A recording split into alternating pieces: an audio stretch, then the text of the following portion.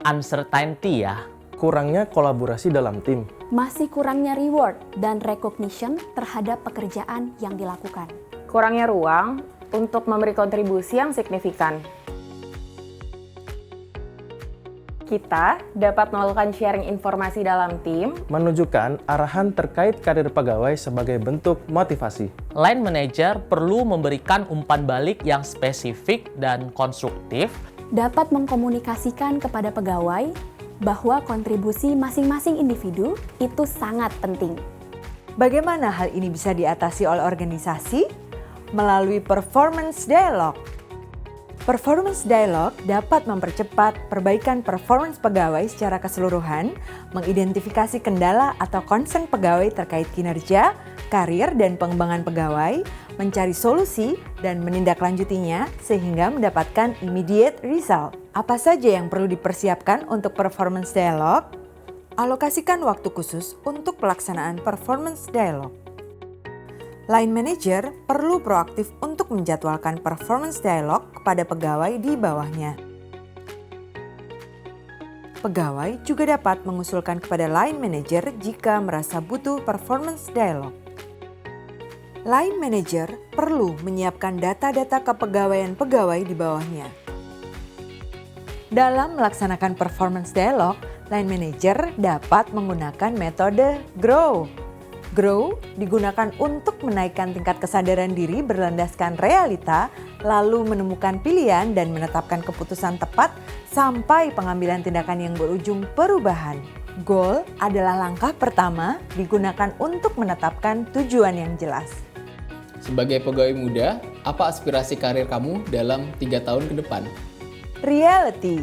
Di sini, line manager akan membimbing pegawainya untuk menyadari kondisinya saat ini dan mengidentifikasi gap antara kondisi tersebut dengan tujuan.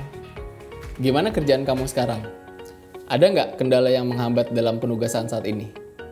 Selanjutnya, line manager perlu membantu pegawainya untuk menggali opsi-opsi agar dapat menemukan keputusan yang paling ideal. Mungkin bukan nggak passionate sama kerjaan, tapi karena memang kamu belum menguasai kompetensinya. Baik Pak, mungkin saya bisa ikut training ataupun self-learning ya Pak. Pada tahap ini, pegawai akan mendapatkan bimbingan untuk membuat komitmen nyata sehingga dapat mewujudkan tujuannya. Kalau begitu, apa action plan yang akan kamu buat untuk menghadapi kendala ini? Kalau dibutuhkan, silahkan diskusi lagi dengan saya. Selamat ya, sudah menyelesaikan proyek strategis di satuan kerja. Itu keren banget loh. Lanjutkan dan tingkatkan kerja baiknya. Kalau kompetensi kamu meningkat, pasti kamu bisa menghasilkan output yang lebih baik lagi.